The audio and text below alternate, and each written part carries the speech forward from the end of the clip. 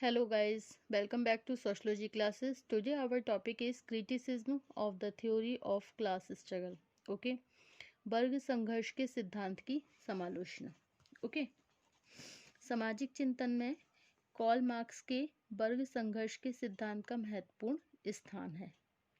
इसके बाद भी बहुत से विद्वान इस सिद्धांत के अनेक पक्षों से सहमत नहीं हैं. इस दृष्टिकोण से आवश्यक है कि कुछ प्रमुख आलोचनाओं के संदर्भ में मार्क्स के वर्ग संघर्ष के सिद्धांत का मूल्यांकन किया जाए. ओके,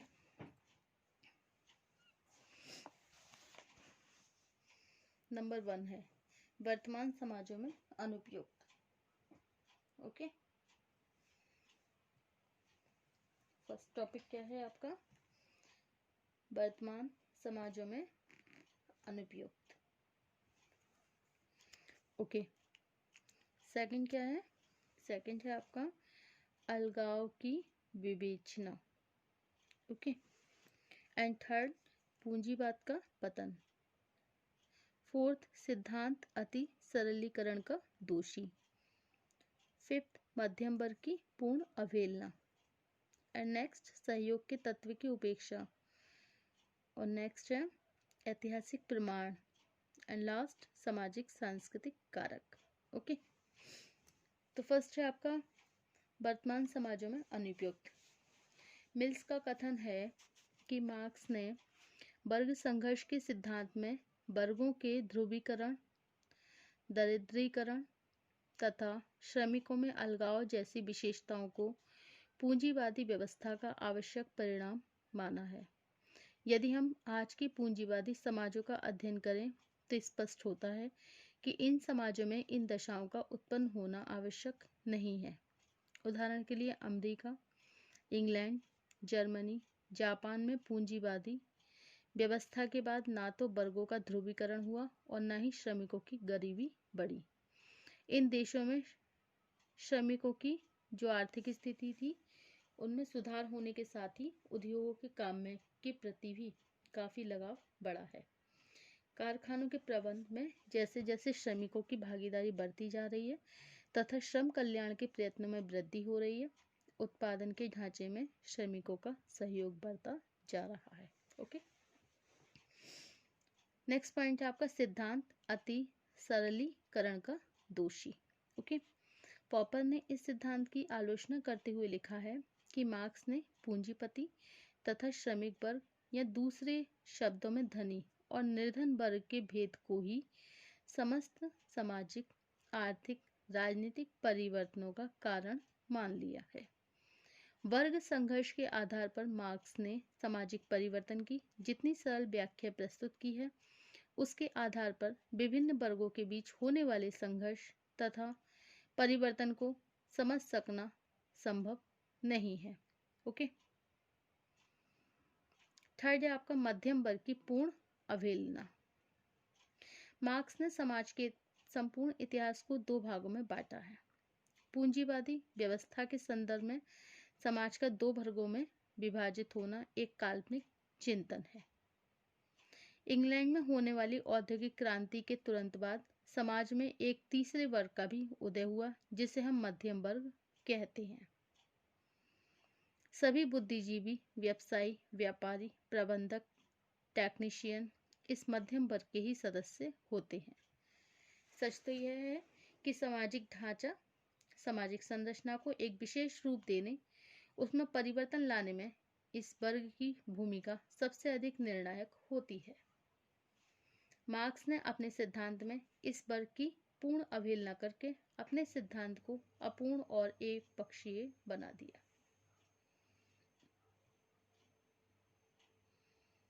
अब नेक्स्ट टॉपिक है सहयोग के तत्व की उपेक्षा. ओके, मार्क्स के सिद्धांत से ऐसा प्रतीत होता है कि संघर्ष के बिना सामाजिक और आर्थिक संरचना में किसी तरह का परिवर्तन नहीं लाया जा सकता. इसी आधार पर उन्होंने वर्ग संघर्ष को पूंजीवादी व्यवस्था को बदलने के लिए आवश्यक माना. इसके विपरीत वास्तविकता यह है कि सामाजिक विकास की प्रक्रिया में संघर्ष की अपेक्षा सहयोग का सदैव ही अधिक महत्व रहा है.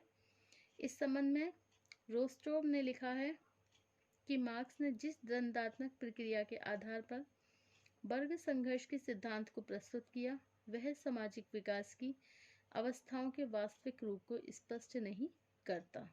ओके, अब नेक्स्ट है ऐतिहासिक प्रमाणों के विरुद्ध। हंट का विचार है कि मार्क्स ने यद्यपि ऐतिहासिक प्रमाणों के आधार पर वर्ग संघर्ष की अनिवार्यता का दावा किया है, लेकिन वास्तव में मार्क्स के विचार ऐतिहासिक प्रमाणों के विरुद्ध हैं। यह सच है कि विभिन्न समाजों में वाद प्रतिवाद समन्वय की प्रक्रिया चलते रहने के कारण नई नई दशाएं उत्पन्न होती हैं। इसके बाद भी यदि वाद प्रतिवाद समन्वय के आधार पर संघर्ष को समाज की एक अनिवार्य विशेषता मान लिया जाए तो इसका तात्पर्य यह होगा कि संघर्ष का कभी समाधान नहीं किया जा सकता। दूसरे शब्दों में, औद्योगिक व्यवस्था में श्रमिकों का कल्याण करने के चाहे कितने भी प्रयत्न किए जाएं, श्रमिक वर्ग संघर्ष के द्वारा क्रांति की दशा जरूर उत्पन्न करेंगे। कोई भी व्यक्ति ऐसे विचारों को एक ऐतिहासिक सत्य के रूप में स्वीकार नहीं कर सकता। ओके, अब नेक्स्ट है सामाजिक सांस्कृतिक कारकों की अवहेलना। डॉक्टर लोहिया ने समाजवादी विचारक होने के बाद भी मार्क्स के वर्ग संघर्ष सिद्धांत को एक अपूर्ण सिद्धांत माना है। इसका कारण है कि क्रांति का कारण केवल आर्थिक ही नहीं होता। अनेक दशाओं में सामाजिक और सांस्कृतिक दशाएं क्रांति में निर्णायक भूमिका निभाती हैं। मार्क्स ने वर्ग संघर्ष की प्रक्रिया में सामाजिक और सांस्कृतिक कारकों की पूर्णतया अवहेलना की है। अब नेक्स्ट पॉइंट है आपका अलगाव की गलत विवेचना। मार्क्स ने श्रमिकों में बढ़ते हुए अलगाव को उनके असंतोष और वर्ग संघर्ष के एक प्रमुख कारण के रूप में स्पष्ट किया है। मार्क्स ने श्रमिकों में जिन अलगाववादी मनोवृत्तियों को महसूस किया वह अलगाव औद्योगिक नगरों के श्रमिकों के वर्ग में जिन अलगाववादी मनोवृत्तियों को महसूस किया वह अलगाववादी औद्योगिक नगरों के श्रमिक वर्ग में आज भी देखे जा सकते हैं। इसके बाद भी श्रमिकों में अलगाव का मुख्य कारण उनका आर्थिक शोषण नहीं है, बल्कि औद्योगिक नगरों की भीड़, अधिकारियों द्वारा किया जाने वाला शोषण, आवासीय दशाएं तथा धार्मिक और जाति विभाजन उनमें अलगाव की मनोवृत्तियां उत्पन्न करने वाली प्रमुख दशाएं हैं। ओके,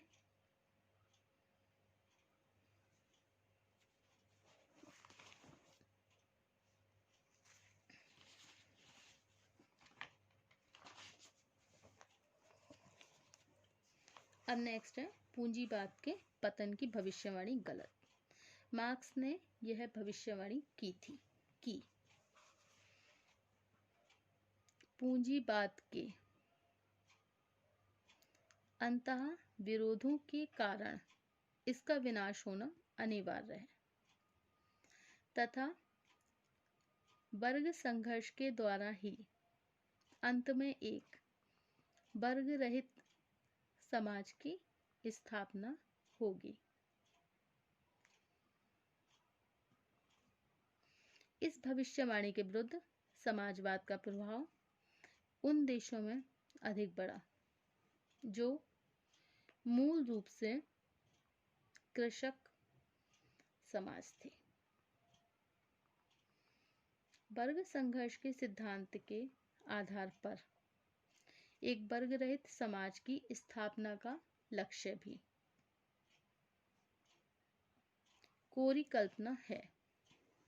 व्यावहारिक रूप से प्रत्येक समाज में एक ऐसी सत्ता अवश्य होती है जो लोगों के सामाजिक आर्थिक संबंधों का नियमन करके संघर्षों की संभावना को कम से कम कर सके।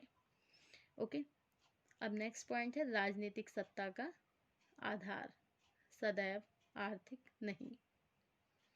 ओके, वर्ग संघर्ष के सिद्धांत में मार्क्स ने इस तथ्य का बहुत इस तथ्य पर बहुत ज़्यादा जोर दिया है कि जिन लोगों का उत्पादन के साधनों पर अधिकार होता है, वे अपनी आर्थिक शक्ति से ही राजनीतिक सत्ता प्राप्त करके श्रमिकों का मनमाना शोषण करते हैं।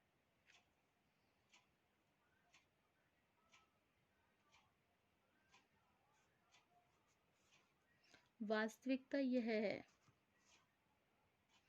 कि केवल आर्थिक आधार पर ही राजनीतिक सत्ता प्राप्त नहीं की जा सकती।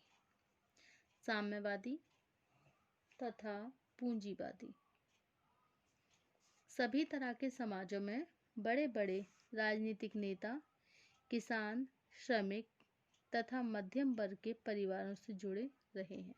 ओके। उपर्युक्त आलोचनाएं तार्किक रूप से काफी सही प्रतीत होती हैं। इसके बाद भी बार्टोमोर ने लिखा है कि मार्क्स के वर्ग संघर्ष के सिद्धांत को इस दृष्टिकोण से देखा जाना चाहिए कि यह सामाजिक परिवर्तन का विश्लेषण करने वाला एक महत्वपूर्ण आधार है।